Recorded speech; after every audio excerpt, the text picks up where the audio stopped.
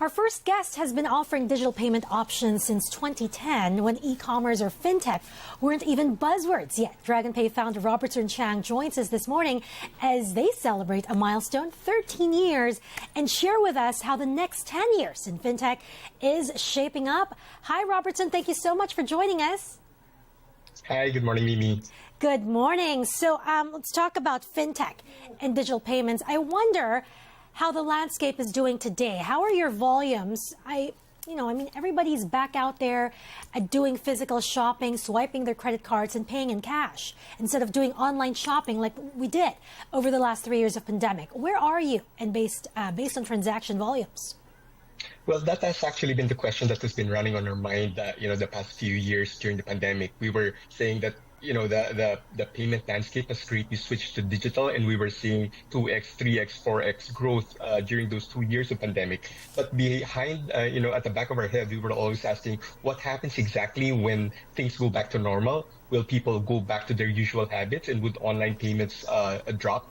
But thankfully, the payment volume actually for digital payments has continued to grow, not as fast as obviously during the pandemic, but definitely there has been no slowdown since went back to quote unquote normal.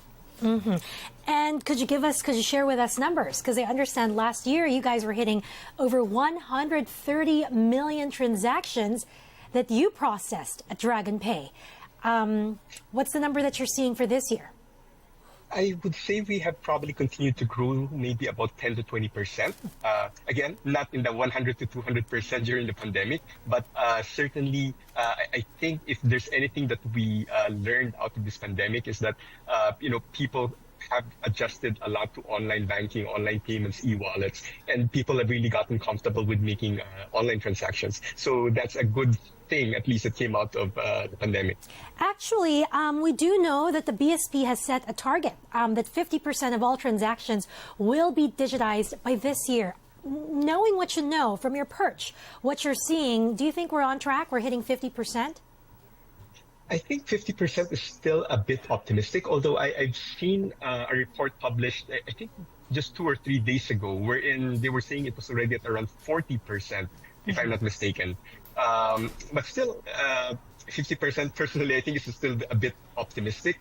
But with the government's push and the BSP push specifically for online transactions and open finance, I think things are going to get better from here. All right, 2 things I want to raise here. Awareness, which is educating the public about digital payments. And number 3, safety and security, may be hindering some of us from pursuing the digital side of payments. On the education side, how much further do you have to go? How many more do you think you have to reach and explain this concept to? And on the other end, how much more do you have to convince people that this is actually safe? I mean, we've seen e-wallets, hitting the news over the last couple of months over missing balances. Well, I think the 2 points that you brought up, education and security, are really, they're really interconnected, hand in hand. Because the reason why we have so many of these security breaches is precisely because people are not educated enough with, privacy matters, security matters, making sure that nobody's accessing their OTPs, making sure that they're not in a phishing site, which unfortunately almost all the quote-unquote hackings that we are seeing today is really more of a result of social engineering. And we do see that the banks, the e-wallets, they would normally send out text messages or email messages reminding people not to believe these messages that they would receive online. But unfortunately, there's still a large percent of the population who are not that familiar and are easily fooled by these scammers. So definitely everybody's taking their, they're using the resources as much as possible to help educate. And Dragonpay, the same way, we joined various government programs, the DTI and so on, to help spread the word and make sure that people are more aware and are more conscious when they do these online transactions. So going back to Dragonpay, I imagine your growth is primarily hinged on partners, on the partnerships that you form. I mean, how many merchants are using your gateway? How many banking payment channel partners that you have? Do you have a number that you can share with us? How many merchants are using Dragonpay today? And if you have a target over the next 6 to 12 months? We would probably have about 3,500 merchants today of various shapes and sizes. So we deal with everybody from large enterprises, the airlines, the major hotels, government, major education centers, to all the way down to the SMEs, people who are using Shopify, Wix, WooCommerce. So we are here to bring everyone online, regardless of their size. So everybody's looking for online payment gateways. Feel free to look for us. I'm very curious, for those who are not techie, for those who are very curious to know how exactly the Filipino experiences Dragonpay, could you give us the 60-second, pitch on what exactly Dragonpay does? Where are you in the supply chain from the moment I add to cart? Okay, so Dragonpay's basic philosophy is we want to allow people here in the Philippines to make an online purchase even if they don't have traditional forms of payments like credit cards. So we enable online banking, e-wallets, cash payments through major counters, supermarkets, pawn shops, and so on. We even support newer forms of payments like cryptocurrencies, buy now, pay later, regional payments. So we allow everybody to make a purchase online. All they have to do is go through the shopping process, and upon checkout, look for Dragonpay as one of the payment options, and they can physically go to a 7-Eleven or a Cebuana or an M. Lulier or a Palawan to do the actual physical money payment. Or if they have GCash, Maya, Shopee Pay, or any of the other wallets that we support, they would be able to complete the transaction. And you make money from the merchant side, right? The merchant, yes. From the merchant side. Is competition so tough that the margins have to be compressed? I think the Philippines is still very, very early in the stage, so much so that the market is still so large. Relatively speaking, the Philippines does not have as many payment gateways as, for example, Indonesia or Singapore. So the market, at least from the competitive side, is not really that crowded. Plus the fact that the market is still so big that I think there's a lot of room for all of us to grow. But of course, competition is always good for the consumer, especially, as to help bring down prices. How many are the big competitors in this space? I'm not going to ask you to name them, but maybe give us a number. How many are you, the big boys playing in this league, and what is your market share? There would probably be about 4 or 5 of us who have been around for quite some time. Of course, every now and then you would see some new players come up, and every now and then you would see some disappear. It's hard to say how big a market share because we tend to focus on different markets. So like Dragonpay has always been a leader when it comes to alternative payments, whereas some or many of our competitors might be focused more on credit cards, for example, which is not our forte. So it's hard to say whether we actually belong to the same grouping, but I would say that when it comes to alternative payments, Dragonpay remain to be probably the biggest player in terms of volume, as well as the number of payment channels that we support. And, I was looking at a 2023 press release from Dragonpay where you said that out of the 130 million transactions you processed in 2022, 78% were facilitated through digital channels like e-wallets and online banking, while 8% were done via physical channels and 4% using credit cards. So you're also present in physical channels? Physical channels here is referring to cash payments. So we do allow people to buy things online but physically make the payment, most probably either because they don't have an online banking account or an e-wallet, or related to what you said earlier, there's a lot of trust issues that people don't want to use online banking payments yet. They're not quite ready, and they're more than happy to physically go to an LBC or a 7-Eleven to hand over physical cash. So we support people from all walks of life. All right. And let's talk about some of the trends that you're seeing. You mentioned this earlier, buy now, pay later. How big is this in the Philippines? It's growing. It is not quite that big yet, at least from Dragonpay's point of view. It remains in the single-digit percentage in terms of share of the pie. However, on a per-transaction basis, I would say that it has a higher basket size compared to other forms of payment, like the e-wallets, for example. And the default rate. How is default rate when you look at BNPL?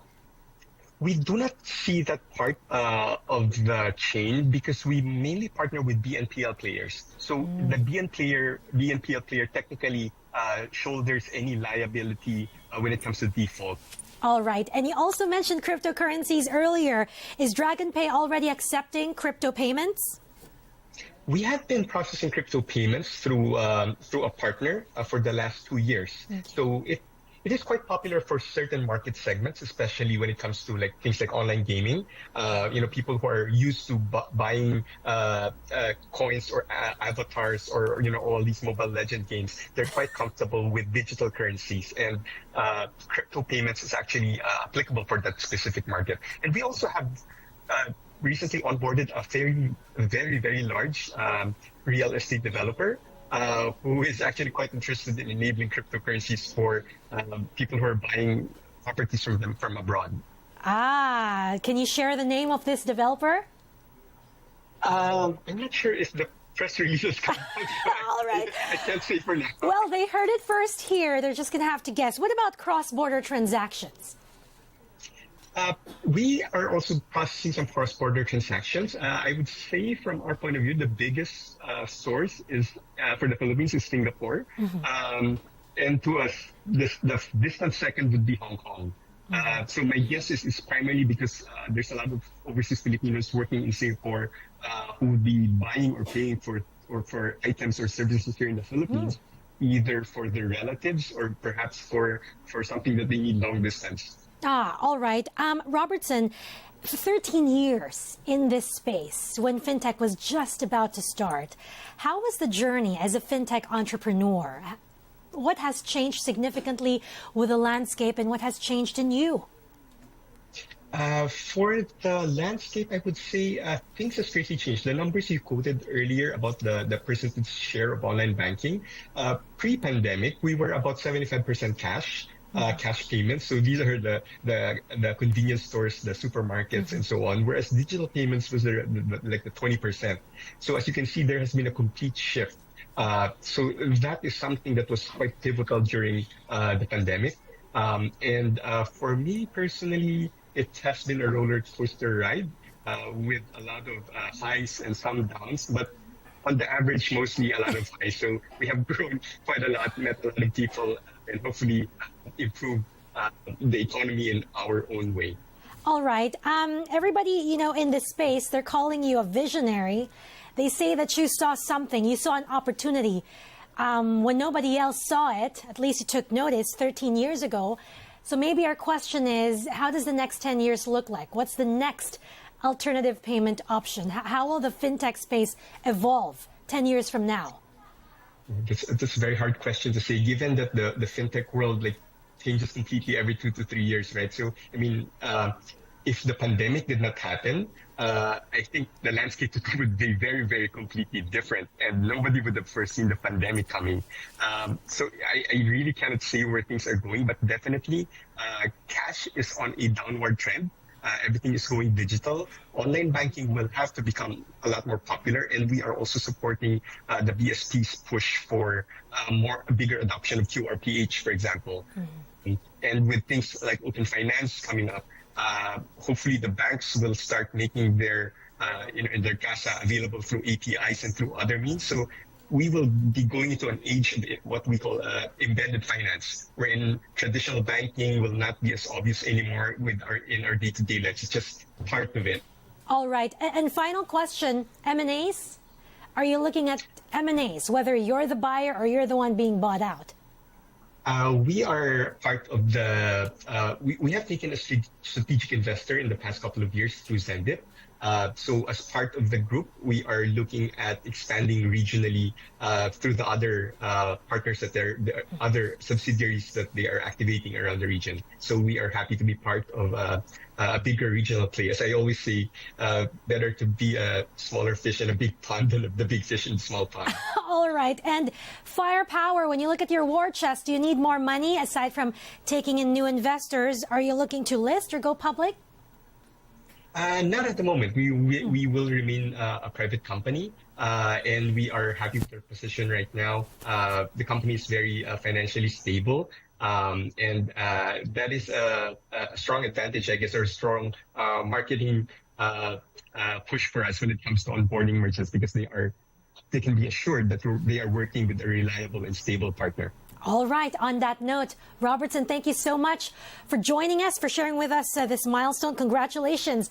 We look forward to speaking with you and seeing your next 13 years of journey and beyond. Thank you, Mimi. Congratulations again.